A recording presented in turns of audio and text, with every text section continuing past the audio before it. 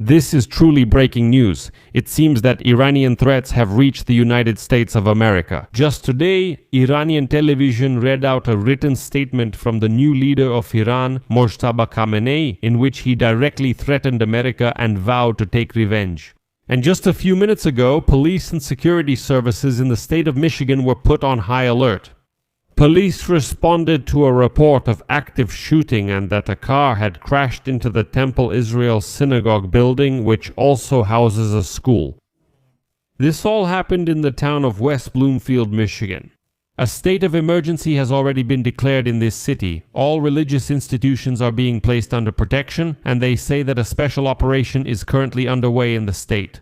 The town itself is located not far from Detroit, and in this regard it should be added that today the new religious leader of Iran, Mojtaba Khamenei, published his first message in which he vowed to take revenge for the attack on the elementary school in the city of Minab. He called the victims martyrs and vowed to take revenge, and right after that, on the same day, there was an attack on a Jewish school in the US. By the way, here are the preliminary results of the internal investigation into the American strike on the school in Iranian Minab. They say that a tragic mistake caused by outdated intelligence and official negligence really did lead to the American attack on the school in Iran. My name is Alexei Pecci. Let's go over the latest news now, discuss this topic, especially what happened today in Michigan and today's address by Mojtaba Khamenei and how much they correlate with each other. Before we start this episode, I ask you to subscribe to the channel, hit the like button, and leave any comment under this episode so that as many viewers as possible can see it. And also subscribe to my Telegram channel, Pecci News. The link is in the description of this video. There we publish breaking news as it comes in. So, on Thursday afternoon in the US, police responded to a report of an active shooting and a car crashing into a synagogue building, Temple Israel, which also houses a school. All of this happened in the town of West Bloomfield, Michigan, and in connection with the incident, the Bloomfield Hills School District went into lockdown, according to the city's police department. Michigan Governor Gretchen Whitmer said she is monitoring reports of a shooting at a synagogue in the town of West Bloomfield and added, quote, "We are working with the police." The governor of Michigan said they are working to get more information. There is no place for anti-Semitism and violence in Michigan. Police immediately reported that all schools in the town have been placed on lockdown and all students and staff are safe. And they have been advised to remain inside the buildings until further notice. Footage from a local TV station's helicopter showed a large-scale police operation. There are just a huge number of police and emergency vehicles there, and the video also shows smoke rising from part of the synagogue.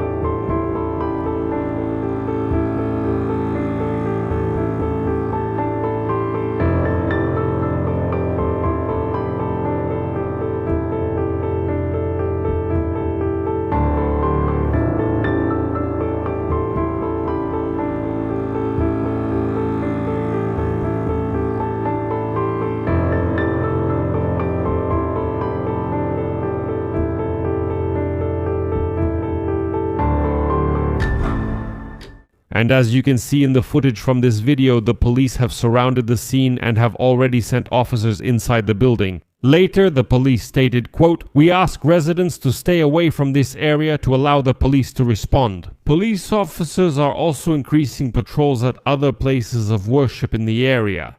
Well, it means that all religious institutions will be placed under protection. FBI Director Kash Patel wrote the following on social network X. FBI agents are at the scene along with partners in Michigan and are responding to the reported vehicle ramming and shooting at Temple Israel Synagogue, West Bloomfield Township. Oakland County Sheriff Michael Bouchard stated about an hour after reports of an active shooter at the synagogue that no one was injured except for the shooter himself.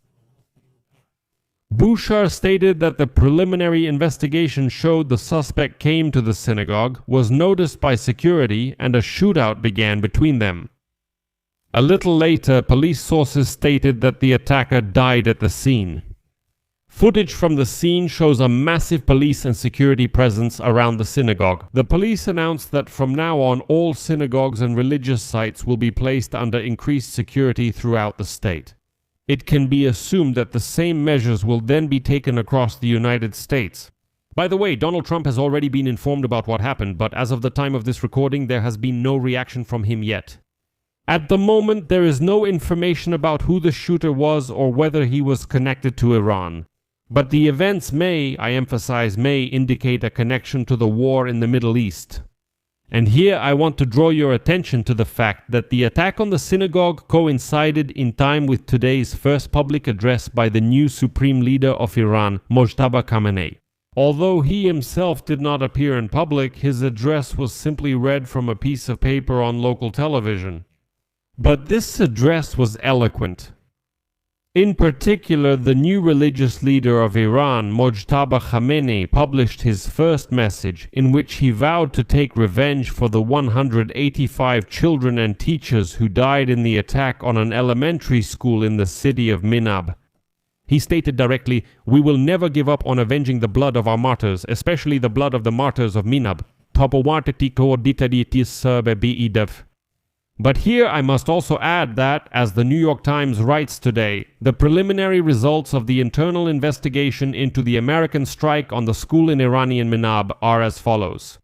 This is a tragic mistake caused by outdated intelligence failures, and official negligence. The internal investigation confirmed that the United States is indeed responsible for the Tomahawk strike on the girls' school in Minab on the first day of the operation, February 28th. The strike was the result of an intelligence error. The United States considered the school building to be part of a naval base belonging to the Islamic Revolutionary Guard Corps, which was the intended target of the strike. The school building is located 100 meters from the main building of the Islamic Revolutionary Guard Corps military base. The school building itself was indeed once part of the IRGC Navy base. But between 2013 and 2016, the IRGC left the building, which was converted into a school and separated from the Navy base by a fence, as can be seen in satellite images. The guards were removed. Access to the area became open. The grounds were cleared for 3 sports fields and playgrounds. The walls were painted blue and pink. However, I should still note that the IRGC military base remained very close by. And it is absolutely undeniable that the school building where the children were used to be a military base for militants. Well, as the New York Times writes, officers of the Central Command, the U.S. Army officers carrying out the strike received coordinates from the Defense Intelligence Agency responsible for target development, which relied on outdated intelligence data.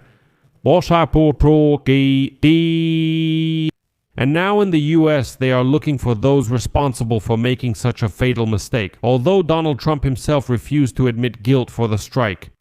But again, this in no way justifies the regime in Tehran itself. The same new leader of Iran, Mojtaba Khamenei, addressing the Iranian armed forces, emphasized that supposedly the people want the war to continue.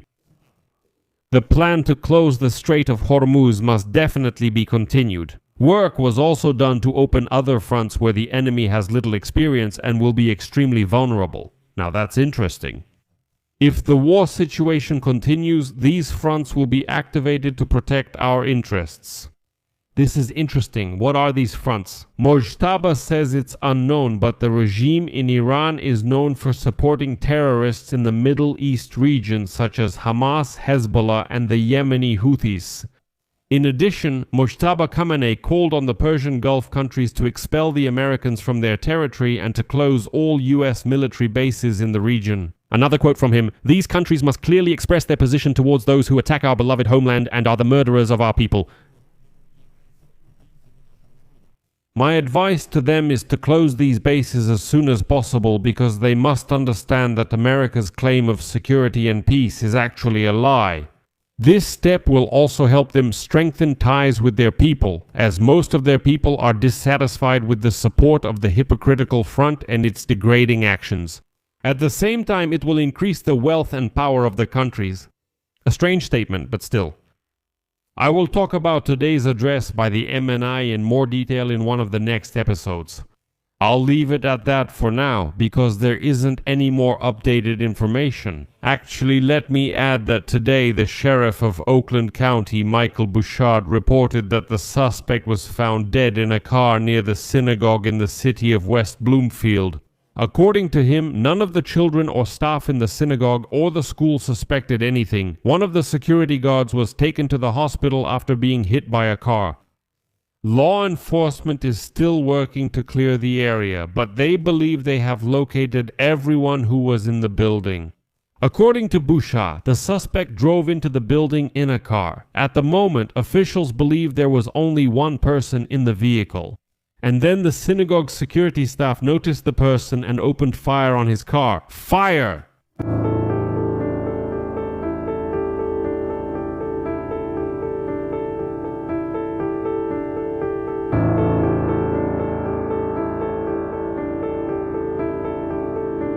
That's basically all the information known at the moment, so I'll leave it at that for now. Share your opinions and conclusions in the comments below this episode. Subscribe to the channel, hit the bell, and don't forget to like. If you found this episode interesting or useful, you can support our YouTube channel financially with your donation or a paid membership. You can do this via the links and details in the description of this video or by using the QR code on your screen. That's all for now. Take care of yourselves. Goodbye, everyone.